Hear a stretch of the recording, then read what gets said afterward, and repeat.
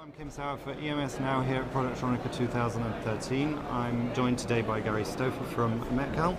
Good afternoon. Good afternoon. Thank you very much for joining us on I believe, the third day of Productronica. Yes. Very busy show floor. What's your experience been, and what has your strategy been here at the show?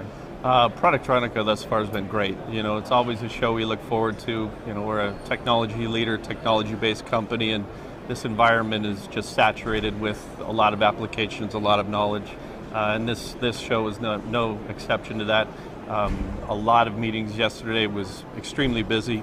Some pre-planned meetings, but the nice thing about this show is just by being here, what comes in your booth, and that's been very good. So far, excellent show. Okay, so very happy. And are you showing some new technology, some new innovations at the show, or a mixture of both old and new? A little bit of both. Okay. We pay attention to trends in the industry, and what we're finding, our roots are in hand soldering, but over the years, with the high value of these components, the less touching, the less handling of these components when you rework them has become somewhat of the trend. So that favors a hot air-based solution. So not much of our product development. We introduced a piece of capital equipment at last Productronica called Scorpion for more volume rework, and since then we've completed that package. This year we've released a hot air pencil, and for the very small apertures, the 0201 and 01005 components that are extremely hard to handle. We've released a product for that, just rave reviews, and it's nice when all the talk turns into orders. So absolutely, well, good stuff. That's the end goal, really, as well, right. Isn't it? Right. So, in terms of the market as such, what's your sort of feeling from a company perspective? Because there's actually, over the last few days, talking to people, there's a lot of positivity, cautious positivity. Is that something that you feel as well? Cautious optimism. I break down the world largely in three parts. Asia.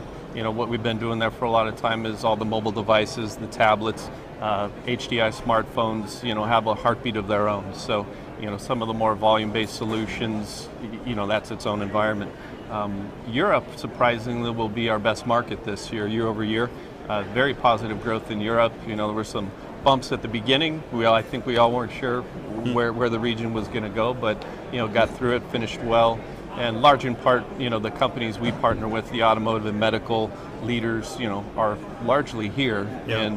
And some of the differences in our company, what does the market want, we've kind of, called these signature clients. What do the leaders of specific industries want? And getting into designing some product collaboratively, which increases their investment in the product and ownership. And that's certainly been the case in Europe. So we're probably cautiously optimistic for the future. Similarly, therefore, for those traditional markets, also in North America, then the automotive, medical, and and somewhat in there are automotive and medical, of course, but even in the U.S., a lot of military. There's been some sequestration, so some reduced spending, which has been a bit of a headwind in the U.S. But the other part of the market that we follow there is all the chip designers are there. So when when the iPhone comes out, 2 years prior to that next release, they're talking about the advanced packaging within that. So, what we've tried to do is get out in front of these technology forums and be a part of the design. Because,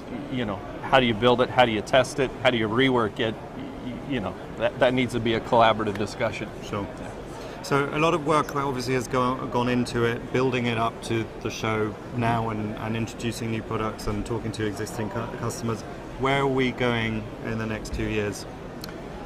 In the next 2 years, certainly what we'll see is, the trend towards automation. When our customers put their products in the field, if they're going in a plane, a car, or inside your body, safety, process control is of the utmost importance. So, our products will get fundamentally smarter.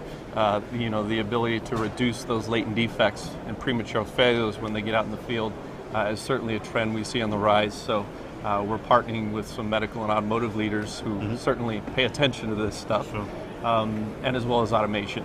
Automation just for volume, but automation also to, in these emerging markets, you would think labor's cheap there, where now, but these people make mistakes, and in these new emerging economies, why not have automation or the balance of the two? So between automation and process control are the two big trends that we're seeing, and we're really paying attention to that in our roadmap.